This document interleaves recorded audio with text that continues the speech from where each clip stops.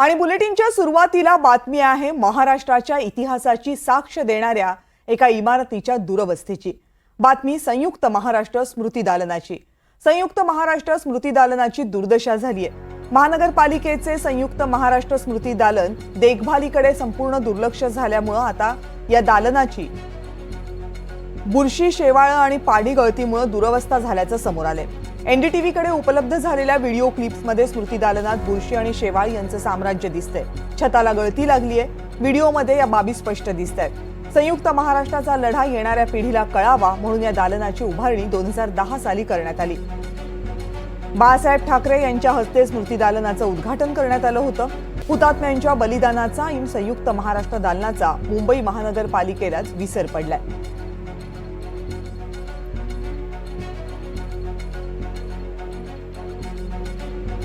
या संदर्भात आणखीन माहिती जाणून घेण्यासाठी आपले प्रतिनिधी विशाल पाटील आता आपल्या सोबत आहेत। विशाल, जी दृश्य दिसतायत ती मनाला खूप वेदना देणारी आहेत।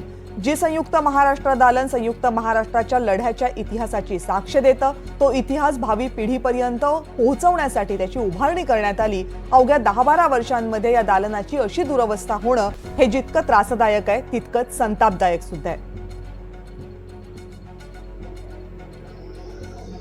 नक्कीच कविता, खरं तर ज्या पद्धतीनं हा सगळा प्रकार बघितल्यानंतर नक्कीच महाराष्ट्रातील प्रत्येक मराठी माणसाला त्याच्या बाबतीत संताप येईल। कारण का 2010 ला संयुक्त महाराष्ट्र दालनाची उभारणी करण्यात आली। हिंदू हृदय सम्राट बाळासाहेब ठाकरे यांच्या हस्ते या दालनाचा उद्घाटन करण्यात आलं होतं। एक वेगळा विचार घेऊन या दालनाची निर्मिती करण्यात आली होती। मुंबई महानगरपालिका श्रीमंत महानगरपालिका म्हणून ओळखली जाते, मात्र या महानगरपालिकेकडनंच कुठेतरी या दालनाकडे जे आहे हे दुर्लक्ष झालेलं आपल्याला पाहायला मिळतंय। त्यामुळे हुतात्म्यांचं बलिदान आणि हे संयुक्त महाराष्ट्र दालन याचाच विसर महानगरपालिकाला पडलाय का, हे आता बोलावं लागेल, हा प्रश्न निर्माण करावा लागेल। कारण का वस्तुस्थिती जर आपण पाहायला गेली तर आतमध्ये गेल्यानंतर आपण नेमकं संयुक्त दालनात गेलोय की एखाद्या गोडाऊन मध्ये गेलोय, हा प्रश्न निर्माण होतो। कारण का बुरशी मोठ्या प्रमाणात आहे, अनेक ठिकाणी पाणी गळतंय, पीओपीच्या सीट ज्या आहेत त्या तुटून पडलेल्या आहेत, एसी सुद्धा त्या ठिकाणी सुरू नव्हता ज्यावेळेला आम्ही गेलो होतो। मात्र आता जर आपण बाहेरची दृश्य बघायला घेतलं तर बाहेरची परिस्थिती सुद्धा काहीशी आपल्याला त्याच पद्धतीनं जी आहे ही पाहायला मिळते। ज्या पद्धतीनं देखभाल केली पाहिजे होती, ही देखभाल जी आहे ही संयुक्त महाराष्ट्र दालनाची कुठेतरी होताना दिसत नाहीये। आणि ज्या पद्धतीनं एक विचार घेऊन खरं तर हिंदू हृदय सम्राट बाळासाहेब ठाकरे यांच्याच संकल्पनेतनं हे दालन जे आहे हे उभं करण्यात आलं होतं, जेणेकरून येणाऱ्या पिढीला ज्या पद्धतीनं महाराष्ट्र राज्याची निर्मिती झाली, याच्यासाठी कशा पद्धतीनं लढा दिला गेला संयुक्त महाराष्ट्राच्या बाबतीत आणि मुंबईसाठी हुतात्म्यांचं बलिदान जे आहे हे कशा पद्धतीनं झालं होतं, ह्याची सगळी माहिती जी आहे ही आतमध्ये या दालनात देण्यात आलेली आहे। वेगवेगळ्या पद्धतीची माहिती आणि विस्तृत अशी माहिती जी आहे ही या दालनात आहे। मात्र या दालनाकडेच कुठेतरी महानगरपालिकेनं दुर्लक्ष केलेलं आहे। त्यामुळे महानगरपालिकेलाच आता हुतात्म्यांचा बलिदानाचा विसर पडलाय का, हा प्रश्न आता विचारावा लागेल। ज्यावेळेला आम्ही सुरुवातीला आले होतो त्यावेळेला काहीसे मोजकेच अधिकारी या ठिकाणी होते।